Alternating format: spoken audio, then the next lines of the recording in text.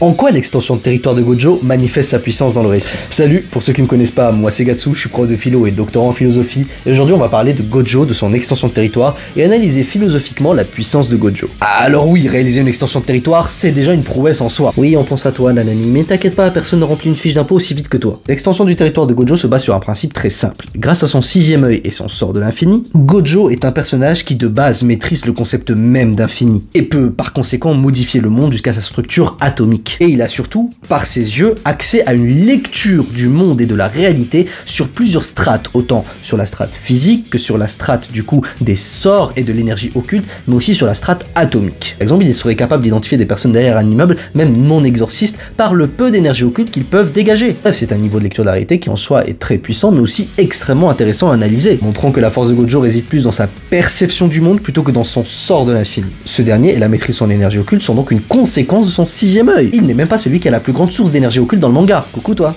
Mais il est vrai que son sixième œil a aussi pour fonction de lui permettre un meilleur contrôle de son énergie occulte, y compris dans les situations de crise. Tout cela justifiant la grande question de Geto, es-tu Gojo Satoru parce que tu es le plus fort, ou es-tu le plus fort parce que tu es Gojo Satoru? Il est vrai que la deuxième partie de la question se défend très bien, parce que Gojo Satoru est le plus fort par rapport aux valeurs qu'il prône, par rapport du coup à l'héritage qu'il laisse, par rapport à sa personnalité extrêmement arrogante mais aussi confiante. Et cette question j'y ai déjà répondu sur TikTok, donc n'hésitez pas à aller y faire un tour après la vidéo. Mais la puissance de Gojo se manifeste aussi par son extension du territoire. Le principe est très simple, il va imposer à son adversaire toutes les informations que lui perçoit sur l'univers, créant ainsi une forme de paralysie. Le flot d'informations jaillissant de son être est juste trop grand pour qu'un esprit normal puisse tout simplement le traiter.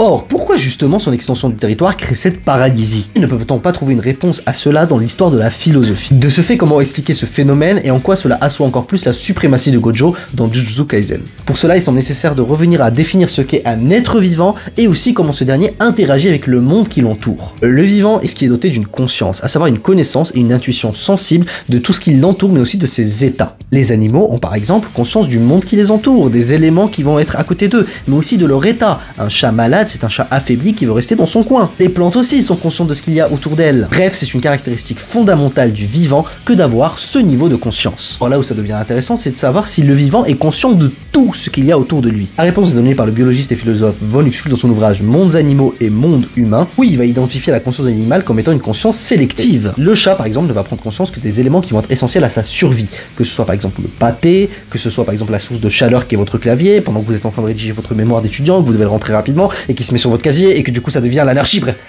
Ouh, ça c'était un traumatisme d'avant, désolé, on revient à ce qu'il y avait de plus intéressant. Et c'est pour ça que votre chat n'en a absolument rien à faire du TikTok que vous voulez lui montrer. Et là vous pourrez me poser la question, oui mais le point laser n'est pas essentiel à sa survie, pourtant il le remarque. Qui vous a dit que le jeu et la distraction n'étaient pas essentiels à notre survie? Je veux dire, vous connaissez les gens qui sont mis à l'isolement pendant plusieurs semaines, comment ils deviennent mentalement? Et puis pour le chat, ça entretient d'une certaine façon son instinct de chasse, comme l'oiseau qui passe par la fenêtre et qui n'arrête pas de regarder. Von Uxküll va prendre aussi un exemple, l'exemple de la tique. Vous savez le petit truc là qui est en forêt et qui va justement vous sauter dessus pour essayer de vous piquer, et il faut absolument pas le retirer vous-même. Et ben la tique, pour Von Uxküll, qui je rappelle est un biologiste, va avoir que 3 stimuli qui vont l'intéresser. La chaleur que va dégager la proie, le vent qui va la porter, et aussi l'odeur de l'acide biturique. L'odeur d'acide biturique qui justement va l'attirer vers sa proie aussi, parce que c'est le seul truc qui l'intéresse. Bref, chaque animal va se constituer un petit monde avec tous les petits éléments qui l'intéressent. Ces mondes, Von Uxküll va les appeler des milieux, plus précisément des mondes environnants. La conscience des êtres vivants est donc toujours une conscience subjective. Ils n'ont jamais accès au monde parce qu'ils n'ont pas accès à la totalité des éléments du monde, mais ils ont accès justement qu'à un point de vue subjectif du monde, car ils sont sujets et observent un objet. Qui plus est, ils l'observent avec les caractéristiques de leur sujet, c'est-à-dire un chien va voir le monde avec sa vision de chien et avec justement les cônes dans ses yeux qui vont lui permettre de percevoir certaines couleurs ou non. De même pour la vision des chats ou bien des oiseaux. Bref, aucun être vivant n'a véritablement conscience du monde dans sa totalité. Chaque être vivant a conscience de son milieu d'un point de vue subjectif, ce qu'on appelle une conscience phénoménale. Vous inquiétez pas, on revient très vite à Gojo, parce que là on va passer à l'étape supérieure et l'être humain dans tout ça. L'homme est justement un être à part car il est celui qui va voyager entre les milieux. Prenons l'exemple d'un chêne. Un chêne pour un petit enfant, quand vous vous baladez dans une forêt ou quoi que ce soit, n'a pas le même sens si c'est le même chêne que le chêne où vous voulez construire une cabane quand vous êtes un peu plus grand, que le chêne où justement vous allez pousser votre enfant dans une balançoire que vous aurez accroché, que le chêne si vous êtes bûcheron. Bref, dans la même vie, vous allez avoir différentes façons d'identifier un même élément. De ce fait, vous changez en permanence de milieu. Et selon comment on a évolué, comment on a grandi, selon nos faits biologiques, selon notre culture, notre société, le monde va nous apparaître apparaître d'une certaine façon différente à chaque moment ou à chaque lieu différent. Bref, et l'être humain a cette richesse qui fait que en passant d'un milieu à un autre, il va se rendre compte qu'il existe quelque chose au-delà de tous ces milieux, qu'il existe un monde objectif qu'il doit donc connaître. Le problème, c'est qu'il n'a pas accès à ce monde objectif, car rappelons-le, il n'est que sujet, et donc il sera toujours soumis à un point de vue subjectif du monde. Mais par cette petite interstice qu'il perçoit à chaque fois qu'il passe d'un milieu à un autre, il se rend compte que au-delà de ces milieux, il existe quelque chose que l'on va appeler le monde. C'est pour ça que Skul utilise deux termes, Umwelt pour le milieu et Welt pour le monde.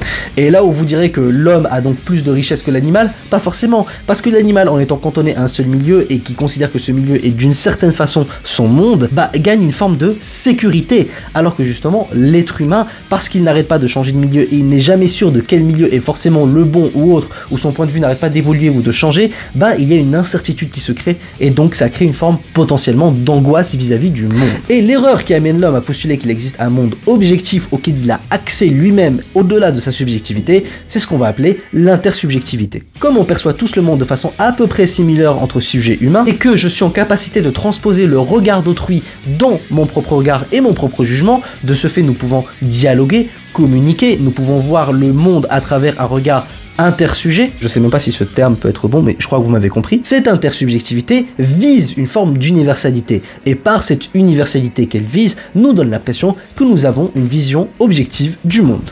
Or, il ne faut pas oublier le caractère essentiel de cette expérience, c'est une expérience, et en tant qu'expérience, elle est donc soumise obligatoirement à une forme de subjectivité. Donc pour appeler très rapidement les acquis de la réflexion, je n'ai accès au monde que partiellement par une conscience sélective, je n'ai pas accès à tout. Tout au mieux, j'ai accès à une diversité de milieux qui va me faire prendre conscience qu'il existe un monde objectif, et si l'on devait postuler un être qui pouvait avoir accès à tout, à la totalité du monde de façon objective, et donc pouvoir avoir un regard sur tout, ce serait un dieu.